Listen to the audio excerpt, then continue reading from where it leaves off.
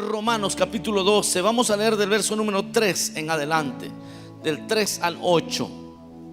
Dice la palabra del Señor de la manera siguiente: digo pues, por la gracia que me es dada, a cada cual que está entre vosotros, que no tenga más alto concepto de sí mismo que el que debe tener, sino que piense de sí con cordura y conforme a la medida de fe que Dios repartió a cada uno. Porque de la manera que en un cuerpo tenemos muchos miembros, pero no todos los miembros tienen la misma función, así nosotros, siendo muchos, somos un cuerpo en Cristo, y todos miembros los unos de los otros. De manera que teniendo diferentes dones, según la gracia que nos es dada, si el de profecía, úsese conforme a la medida de la fe. O si de servicio, en servir. O el que enseña, en la enseñanza. El que exhorta, en la exhortación. El que reparte, con liberalidad. El que preside, con solicitud. El que hace misericordia, con alegría. Amén. Ahí dejamos la lectura. Tengan la bondad de sentarse. Los que están en casa, pónganse cómodos también, por favor. Y quisiera, hermanos, brevemente que meditáramos en un tema que es sumamente conocido por la iglesia del Señor, y es la renovación de nuestro entendimiento. La renovación de nuestro entendimiento. Creo que este es un tema que es común, y le voy a explicar por qué es común. Es común porque cada vez que alguien no se acopla a un nuevo estilo de vida, se apela al capítulo 12 de Romanos diciendo: hay que renovar la mente. ¿Han oído de esas personas? Hay que renovar la mente. Y entonces cuando alguien emigra y llega y está en los Estados Unidos y todavía quiere seguir cocinando con leña dentro del apartamento, le dice: no, tú tienes que renovar la mente, ¿eh? O sea, tiene que acoplarse, ¿ah? Cosas muy de ese estilo. Son las ideas que se manejan cuando alguien dice que hay que renovar la mente. Y yo he escuchado una y otra vez esa aplicación de Romanos capítulo 12 verso 1 y 2, porque el apóstol Pablo en esos capítulos está hablando de que nosotros debemos de presentar nuestros cuerpos y nuestro culto racional al Señor, y que dice: no os conforméis a este siglo, sino renovaos en vuestro entendimiento. Es decir, que el apóstol está hablando de que hay que renovar la mente, hay que renovarla, hay que estar renovando. Lo que muchas veces no se hace es ver el contexto en lo que el apóstol está hablando. Él no está hablando de una renovación superficial en el sentido de que hay que acoplarse a los tiempos. No se trata de que usted tiene que renovar la mente porque no usaba Twitter y ahora ya la renovó o ya usa Twitter. No, definitivamente que no es eso. No se trata de que, bueno, ahora ya van saliendo teléfonos muy sofisticados y hay que renovar la mente. No, eso no es de lo que Pablo está hablando. Hay un elemento que al apóstol Pablo sí le preocupa, y es que los creyentes, los nuevos creyentes, y aún los creyentes ya con algunos años, podamos revisar exactamente cómo estamos percibiendo al cuerpo de Cristo. Cómo es que vemos la congregación de los santos. Cómo es que vemos el llamado de Dios. Cómo entendemos nuestro servicio a las personas. Es en ese sentido que el apóstol está diciendo que es necesario que todos renovemos nuestro entendimiento, que podamos renovar nuestro entendimiento. Hoy tenemos el placer de contar con nuevos servidores. Más de 100 servidores se han agregado este año al servicio del Señor, al servicio para darle culto al Señor. Y entonces yo traía en mi corazón este pensamiento de una manera muy recurrente. A cada momento el Señor me hablaba de este tema, y entonces tuve a bien traerlo para compartir la palabra que Dios ha estado hablando a mi corazón. Porque es eso precisamente lo que el apóstol está haciendo. Nos habla de no tener las ideas más bien del mundo en cuanto a la organización de la iglesia, de no tener las ideas mundanas para cuando nos organizamos y cuando le damos culto a Dios. En ese sentido, el apóstol está diciendo: renueven su entendimiento, que hay que ser transformados en nuestro entendimiento. Por eso, en el verso que leímos, en el verso 3, dice Pablo: digo pues, por la gracia que me es dada, a cada cual que esté entre vosotros, que no tenga más alto concepto de sí que el que debe tener. Entonces, ya desde el verso 3, Pablo habla aquí que por la gracia que Dios le había dado a él como apóstol del Señor Jesús, es decir, Pablo está diciendo: les voy a hablar de cómo usar bien los privilegios que tienen.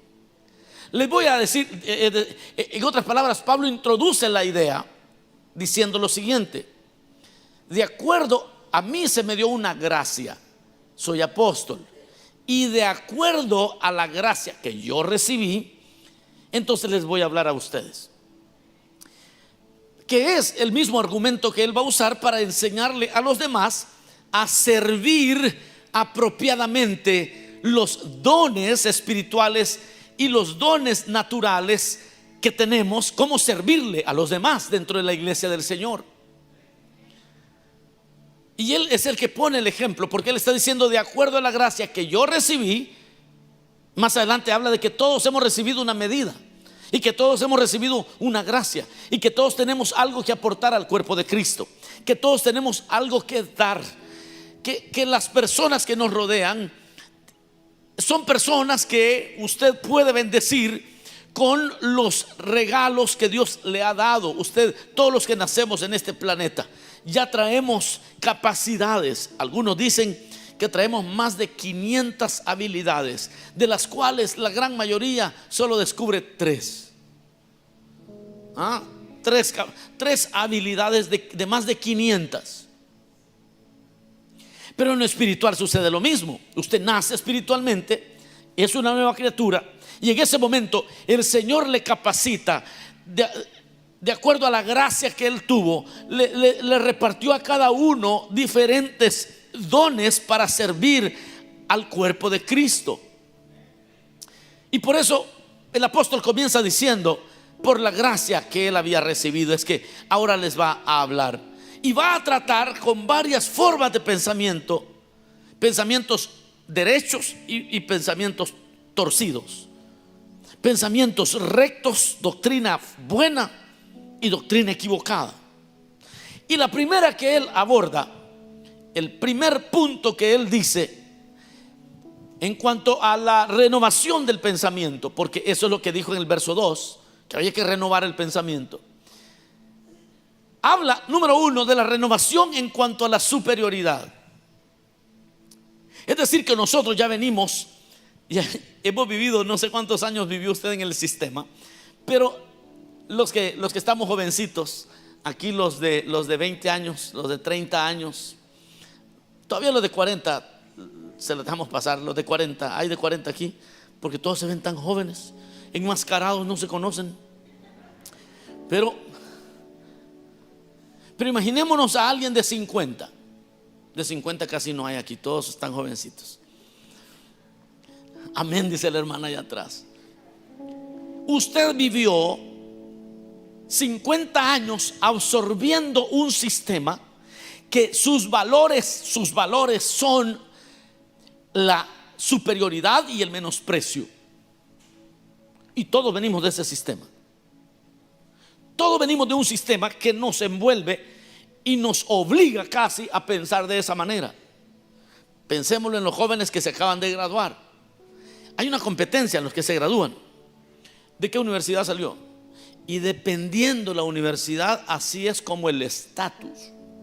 Eso es en todos los países, no solamente pasa aquí, pasa en Honduras, pasa en El Salvador, en México.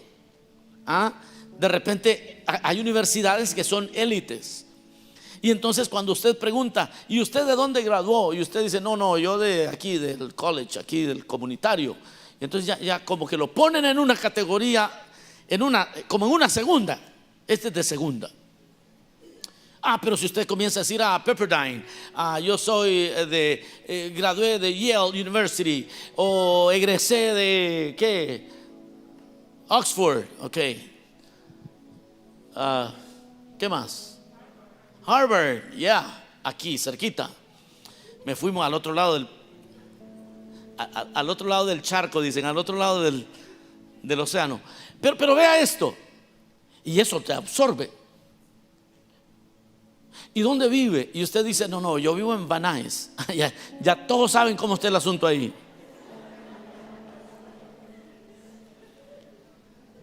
Pero de repente hay otros nombres de las ciudades que ya no suenan muy comunes, ¿verdad? Y ya las personas, eso pasa en todos los países también. Y uno dice con orgullo, es que yo vivo en Bel Air, dice. Entonces ya cuando alguien dice Bel Air, ya usted sabe que vive en una casa de no menos de $2 millones, ¿ok? Así es sencillo. Ese sistema nos absorbe todo el tiempo. Todo el tiempo. Llevémoslo a las marcas de zapatos, de auto. Todo eso es un sistema, y así funciona ese sistema. Y ese sistema lo traemos tan impregnado que cuando el Señor nos llama a servirle, o cuando el Señor te pone en la iglesia, en su cuerpo a servir, venimos intoxicados, venimos con esas ideas. Y entonces el Señor lo llamó para que haga la limpieza en la iglesia. Y entonces, como le toca que hacer la limpieza en la iglesia, es el privilegio. Y al otro hermano le tocó cantar en el culto. Entonces, no, el que canta tiene como más estatus. Y el que limpia, hermano, no habrá otro privilegio para mí. Es decir, llegamos a la iglesia, estamos aquí, somos salvados, ya estamos salvos, ya vamos para el cielo. Pero Pablo dice, hay que renovar esa mentalidad que el mundo te sembró del menosprecio. Es una idea que todos tenemos hoy en el nombre de Jesús, de renovar el pensamiento y darnos cuenta que cuando Pablo habla que ninguno, dice el verso número 3, ninguno tenga más alto concepto de sí que el que debe tener, sino que piense de sí con cordura, conforme a la medida de fe que Dios repartió a cada uno. Es decir, que ya ahí el apóstol comienza a decir que no hay nada en el evangelio, mis amados, que pueda alentar a nadie a tener un complejo de superioridad. El evangelio no debe o no debería producir un complejo de superioridad. Es que nosotros somos la élite en la iglesia, es que nosotros somos los que dirigimos aquí todas las cosas. Los de tal privilegio, a eso siéntenlos por allá. Esos no son importantes. El pianista es importante. El pianista, y mire la cara, se sonrió. Sí, y entonces, pero alguien puede comenzar a comparar. ¿Por qué? ¿Por qué hacemos eso? Porque venimos intoxicados. Aceptémoslo, porque si no, no nos vamos a curar. Si no, usted sabe que el alcohólico, en Alcohólicos Anónimos, lo primero que tiene que aceptar es que es alcohólico. Y si usted va a ser transformado en su mentalidad, la primera cosa que usted debe de admitir es que usted es clasista, es racista, es comparatista y todos los istas. Que a usted le encanta ese sistema mundano de comparar, y todo va comparando, y compara el vestido que trae una hermana y dice, mire el vestido, ese lo vi allá en el Ross. Ustedes no hacen eso, hermanas, perdón. Pero me han contado por ahí que las damas, cuando llegan a una fiesta y encuentran que otra trae el vestido que ella trae, ese es lo peor que le puede pasar. Hasta la diaconisa aquí enfrente está diciendo que es cierto. Sí, estamos atrapados. Y Pablo dice, eso es lo que hay que renovar. La renovación en cuanto a la superioridad. Pablo viene y nos apremia a ser humildes en el ejercicio de nuestros dones, que en el Señor no hay don insignificante, no hay un don que sea muy grande. En Él todo es importante porque es para su alabanza, para su gloria, y debemos ser transformados en nuestro entendimiento en cuanto a la superioridad. Nunca deberíamos tener ideas exageradas de nuestra propia importancia. ¿Oyó lo que dije? Ninguno de nosotros debería de tener una idea inapropiada, exagerada de cuánto vale. No sé si ustedes han visto esos memes que ponen allí una lápida en el cementerio y ahí dice: aquí todos son iguales, todos niveladitos. Pero hay otros que son más crueles, dicen: este murió y el mundo siguió girando. Es decir, como que si no hizo mucha falta.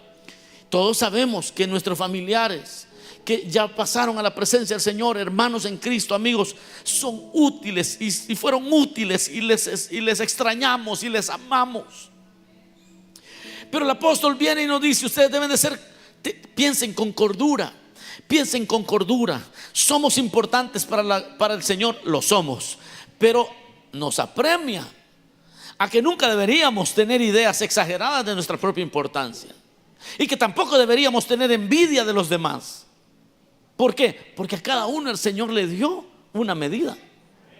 Fíjense que las familias numerosas, que en medio de nosotros los hispanos eso abunda.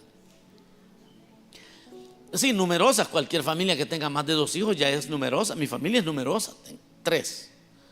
O sea, cualquiera que diga: ¿cuántos hijos tiene? 3, la gente se le queda viendo a uno así como un bicho raro. Como ¿qué le pasó a este hombre, verdad? ¿Que no tenía Netflix entonces o qué? ¿Es cierto, sí o no? De ahí todas las, ya cuando 4 ya uno ya comienza a arrodillarse ante esa gente. No, esa gente es otro nivel. Ya 5, 6, 7, no. Yo no sé cómo le hacen.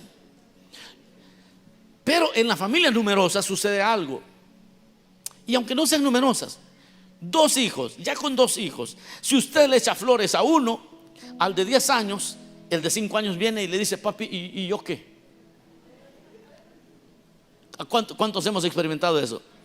Y que usted le está diciendo a su hijo o a su hija: qué bueno cómo dibujas, mira qué bonito cómo lo haces. Y el otro está oyendo: ¿y yo qué hago bien, papi? Dime qué hago bien yo. Si usted no aprende esto que la Biblia nos enseña, de repente va a empezar a herir a sus hijos sin darse cuenta. Porque el niño no sabe dibujar, pero se va a empezar a esforzar porque quiere parecerse a su hermana o a su hermano. Y esa es una crueldad que hacemos con los hijos. No lo force, no le diga que dibuje como su hermano. No. Descubra qué es el don que Dios, los dones que Dios le dio a su niño. Y tome a sus 2 hijos, o a sus 3 hijos, o a sus 6 hijos, ahí ve usted, y dígale a cada uno: usted es bueno para esto. Tú no eres bueno para esto, pero tú eres bueno para esto y te va a ir bien en la vida. Y al tercero, como el octavo, ya: usted es bueno para esto, usted no se parece a ninguno ni quiere parecerse, porque usted es único, porque lo hace único esto, y usted va a tener éxito por esto y por lo otro. Y el noveno está así como hacía Jacob con todos sus hijos. ¿Por qué? Porque cuando el niño va creciendo así, no busca parecerse a nadie. La niña se siente bien siendo como ella es. El niño se siente bien con lo que tiene. Y cuando alguien es bueno para dibujar, le dice: hey, es más, puede felicitarlo: te felicito, qué bueno. Y yo para eso soy malo. Uy, pero me vieras nadando. ¿Tú sabes nadar? No, yo solo dibujar. Ah, pues te felicito porque dibujas bien, pero yo nado como un pez. Hace poco, ya hace algunos años, leí quienes conocieron a Michael Jordan. O sea, no lo conocieron pues, pero saben quién es. ¿Ah? Ya estás viejo vos. Sí, porque en los 80, 90. Jordan, uno de los mejores basquetbolistas en la historia, no sabe nadar. El tipo es inútil, lo mete en una piscina y se ahoga. Uy, pero usted le da una pelota de básquetbol, se le encesta de 3 puntos, le encesta hasta por eso, hace maromas. Mis amados hermanos, el apóstol aquí está diciendo, cada uno tenga claridad de aquellas cosas maravillosas que Dios le ha dado. Transforme su mente. Usted no tiene que parecerse a nadie, no tiene que tener envidia de los demás. Cada uno debe tener el valor de aquello que Dios le ha declarado. Aleluya. Sí, que cada persona es tan singular, y darnos cuenta que todos tenemos una parte importante, una función importante que Dios quiere que llevemos a cabo, y que deberíamos sentirnos felices en el lugar que Dios nos puso en su cuerpo. Aleluya. Especialmente cuando son los llamados y uno dice, ay, mire, no me dieron lo que yo quería, mire dónde me mandaron. Sí, esas son ideas comunes cuando todavía no hemos sido transformados. La segunda cosa de la que habla Pablo es la transformación en cuanto al egoísmo. Por eso es que él dice y habla del cuerpo humano, porque el cuerpo humano tiene muchos miembros, pero cada miembro del cuerpo tiene un papel singular que ejercer. Usted no puede decir, es que miren mis cejas, yo no sé por qué me las puso Dios ahí. Haga algo, rasúreselas. Bueno, que algunas se las depilan totalmente, pero pregúntele a alguna hermana de esas hermanas que primero se las depilan totalmente y después se pintan. ¿Cómo les va cuando sudan? Pregúntele a alguna sierva aquí, ¿cómo le fue el día que usted se mandó a sacar con wax, ¿verdad? Se sacó las cejas y comenzó y se fue al gym a hacer un poco de cardio y empezó a sudar. What happened? El sudor se fue derechito al ojo, y ahí estaba llorando todo salado el ojo ahí, porque hasta las cosas insignificantes para nosotros Dios las hizo en su lugar y cumplen una función maravillosa. Y el cuerpo del Señor, la iglesia, es exactamente lo mismo. Así que la salud, hermanos, y el bienestar del cuerpo dependen de un funcionamiento apropiado de cada miembro, por muy pequeño que sea. Y así es como las cosas en el cuerpo de Cristo funcionan. Hay unidad porque hay un cuerpo, hay diversidad porque somos muchos, pero hay interdependencia porque somos miembros unos con los otros. Y todo don que tengamos no es para nuestro provecho, no es para nuestro uso egoísta, ni para nuestra exhibición, sino para el bien del cuerpo de Cristo. Todo lo que nosotros podemos hacer es para el provecho del cuerpo de Cristo. Ningún don es autosuficiente ni innecesario. Y cuando llegamos a reconocer todo esto, entonces hemos renovado nuestro pensamiento. Cuando descubrimos eso, entonces ya no estamos pensando como el mundo.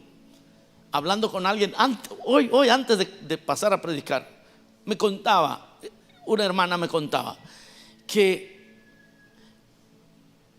una persona le dijo a ella de que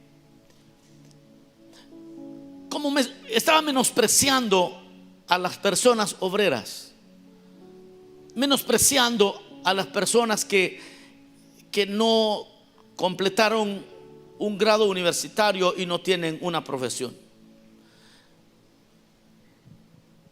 Y hay personas que hacen así, pero ese es el sistema mundano. De todas maneras, cuando se les daña una cañería, aunque no quieran, llaman corriendo a un plomero. Y entonces se dan cuenta que ellos no pueden existir. Y el plomero llega y le dice, mire, pues se va a quedar sin agua por lo menos 2 días, porque hay que reparar mucho aquí. Y entonces las personas se dan cuenta que somos interdependientes, pero como el mundo no enseñó eso, a las personas que tienen un oficio los ven como ciudadanos de segundo grado.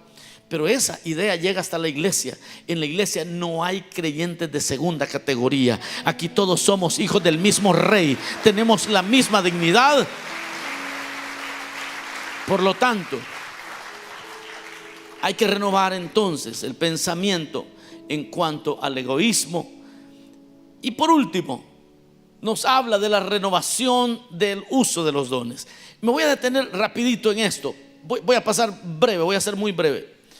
Ahora el apóstol Pablo va a dar instrucciones de cómo usar los dones que usted ha recibido. Y eso es lo que voy a hacer yo también. Ya renovamos el pensamiento en cuanto al egoísmo. Ya renovamos el pensamiento en cuanto al menosprecio. Ahora tenemos que ver cómo se usan los dones que Dios nos da. Y aunque la lista que aparece en Romanos no cubre todos los dones, el propósito es que entendamos cómo podemos poner al servicio de los demás lo que Dios nos ha dado. Y que la gracia de Dios, así como va otorgando, la gracia de Dios va otorgando diferentes dones a diferentes personas, y Dios mismo le va dando la capacidad a cada uno para poder emplear aquellos dones que tenemos, de modo que todos podamos servir al cuerpo de Cristo. Pablo dice: los que tienen el don de profecía, úsenlo de acuerdo al nivel de fe que Dios les haya dado. Pero úsenlo, dice, no prive usted a la iglesia de ese don que ha recibido. Úselo. Si usted tiene el don de profecía, de acuerdo al grado de fe que Dios le ha dado, sométase al Señor, lea mucho la palabra, pero que no pase un culto sin que el Señor envíe una palabra certera, donde usted profetice, donde usted hable en nombre del cielo, y que la iglesia sea edificada. Y el apóstol dice: no hay mayores ni menores, sino que es parte del cuerpo. Así que si usted recibió el don de profecía y lo ha descuidado, la Biblia dice: use los dones que Dios le ha dado para edificar al cuerpo de Cristo. Debe usarlo conforme a la proporción de fe que tiene.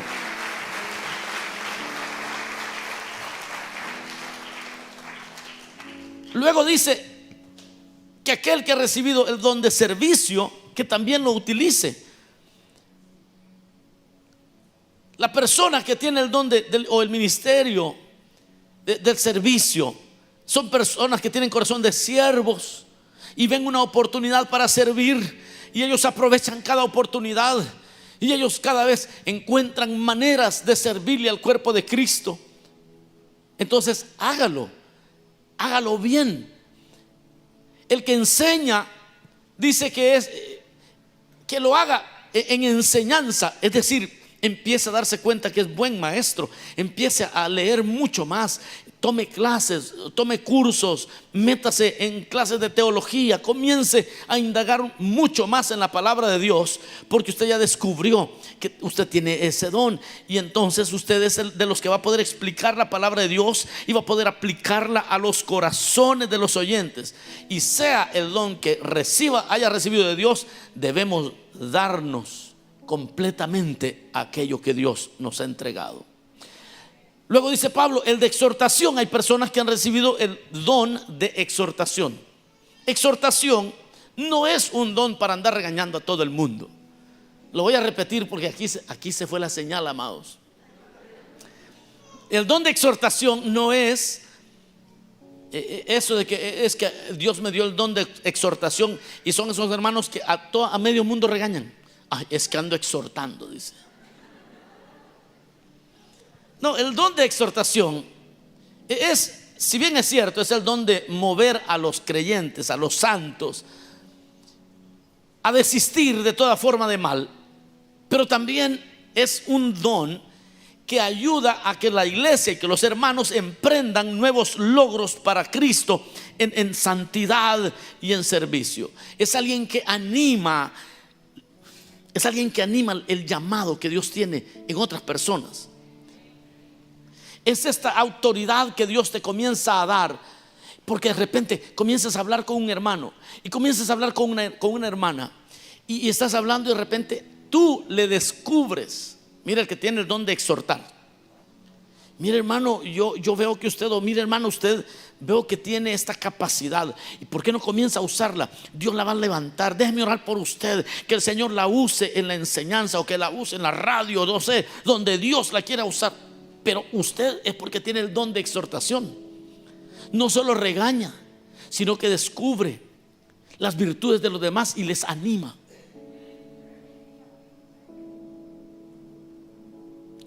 Y cuando les anima, esas personas se levantan con una autoridad y comienzan a brillar en medio del cuerpo de Cristo. Y Pablo dice: el que va a exhortar, hágalo. No le niegue eso a la iglesia. El que le gusta exhortar, sí regaña a veces, pero la mayoría de veces ese es el don de ver los ojos bonitos en cara ajena. O sea, usted sabe que hay personas que no les gusta ver ojos bonitos en cara ajena. Los que están traduciendo, no sé, what are you going to do about this? Es que hay personas que le envidian todo, pero el que recibe el don de exhortación, a todos les ve cara de apóstol, a todos les ve virtudes, a todos les encuentra áreas de la vida que son fortaleza. Ni el papá ni la mamá descubrió eso que puede hacer el joven, y ese hermano viene y se encuentra con el joven y le dice: tú vas a hacer esto y tú vas a lograr esto, porque tiene el don de exhortación. ¿Cuántos creen que la iglesia necesita el don de exhortación? Lo necesitamos, y necesitamos operar en esos dones. Dice que el de repartir, dice Pablo, es decir, aquel que el Señor le dio el don de administrar, de repartir, capacítese en aquello para estar. Y el Señor viene y también te va a capacitar para que estés consciente de las necesidades y para ayudar a suplirlas. Y dice: y el Señor le dio el don de repartir, hágalo con liberalidad. Es decir, no comience a hacer diferencia, sino que hágalo libremente. Conozca las necesidades. El de presidir, dice Pablo, que es como aquellos que nos corresponde liderar a la iglesia, ancianos, pastores, pero dice que lo hagamos con solicitud. Que no digamos: otra vez a mí, es que estos hermanos, que no lo hagamos quejándonos, dicen Hebreos. Y por último, el don de la misericordia. El don de la misericordia es aquella capacidad, aquel talento sobrenatural de ayudar a los angustiados, a los quebrantados. Y usted quizás tiene ese don. Y si usted tiene ese don, usted es la persona que anda levantando al angustiado y anda levantando al atribulado, porque eso es lo que Dios le dio. Y sabe qué es lo bonito cuando usted ya, su mente ya ha sido transformada, ya fue cambiada, ya entendió esto. Es que usted no empieza a poner los dones en conflicto. ¿Cómo sé que usted todavía piensa mundanamente? El que piensa todavía no ha sido renovado en su mente, empieza a criticar a los que no hacen misericordia. Vea esto, pues, véalo conmigo. Yo ya terminé. Pero veamos esto juntos. Cuando alguien no ha sido renovado y trae todavía el chip del mundo, empieza a comparar. Los hermanos que regresaron de Honduras, que estuvieron repartiendo allá, pueden empezar a decir: estos hermanos nunca hacen nada por los pobres. ¿Y de qué te sirve estar en la iglesia profetizando si no le echas la mano al necesitado? Esa persona todavía está pensando como el mundo. Lo que esa persona debe estar feliz de que él o ella está sirviendo el don que Dios le dio apropiadamente, y que el que profetiza también está sirviendo el don que Dios le dio al cuerpo apropiadamente. El que profetiza no puede estar diciendo: eso repartiendo camas y repartiendo no sé qué cosa, y que repartiendo ayuda y comida. Nada de espirituales. Que se pongan en ayuno y que comiencen a profetizar, que no anden todos carnales, que comiencen a hablar en lenguas. No, esa persona que comienza a hacer distinción entre un don y otro don todavía es mundano hasta los. cuernos iba a decir, pero no. Hasta los huesos todavía tiene una mentalidad, todavía no ha sido renovado. Y el Señor dice: hermanos, ustedes son la iglesia de Cristo, renueven su entendimiento. Ustedes pueden servir al Señor en cualquier capacidad, sin competencia alguna. Entonces los que tienen el don de misericordia lo deben de hacer con alegría, dice el apóstol. Una señora cristiana dijo una vez, ella estaba contando acerca de su mamá. Dijo: cuando mi madre envejeció y necesitó a alguien para que la cuidara, mi marido y yo, dijo ella, la invitamos a que se viniese a vivir con nosotros. Y yo pues le ayudaba en la cocina. Hice todo para hacerle la vida más fácil, más cómoda. Cocinaba para ella, le arreglaba su ropa, la llevaba a sus citas con el médico, la llevaba en el vehículo, la traía. Pero dijo esta mujer: mientras yo hacía aquello, por momentos me sentía como que si mi mamá había venido a invadir la felicidad o el tiempo de mi familia. Ella estaba haciendo misericordia con su propia madre, pero por un momentito sentía de que la familia, las rutinas que ya tenían fueron alteradas el día que la mamá vino a vivir con ellos. El detalle es que la viejita le dijo un día: hija, ¿por qué veo que tú no sonríes casi nunca? Y ella se quedó callada, porque ella estaba haciendo misericordia, pero no lo estaba haciendo con alegría. Y Pablo dice que cuando hagas misericordia, el que recibió el don de la misericordia, hágalo con alegría. Mis amados hermanos, esta renovación de la mente, miren, es fácil renovar la apariencia, es fácil renovar los edificios, es fácil cambiarse de privilegio, pero Dios desea tu mente. Él quiere que renovemos hoy la mente. En un mundo corrompido, quiere que nosotros pensemos como Él piensa. En un sistema donde el egoísmo, el complejo de superioridad, la competencia desleal son aplaudidas, una mente renovada es la sal de la tierra, es la luz del mundo. Y eso es lo que la iglesia del Señor debe ser. En una sociedad donde algunos menosprecian los oficios y se sobrevaloran las profesiones, una mente renovada es espectacular. Hay una transformación que Dios está realizando hoy en muchos hermanos, muchas hermanas. Este es un sermón que no va a pasar desapercibido. Esto es algo que lo estás recibiendo porque muchos te han menospreciado, porque tú no eres como ellos y porque no tienes el don que ellos tienen. Pero hoy te libero en el nombre de Jesús. Sigue sirviendo al Señor con lo que Dios te dio.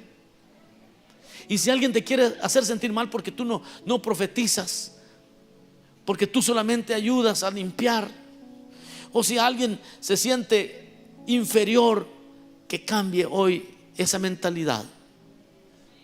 No hay cosas insignificantes en el cuerpo de Cristo.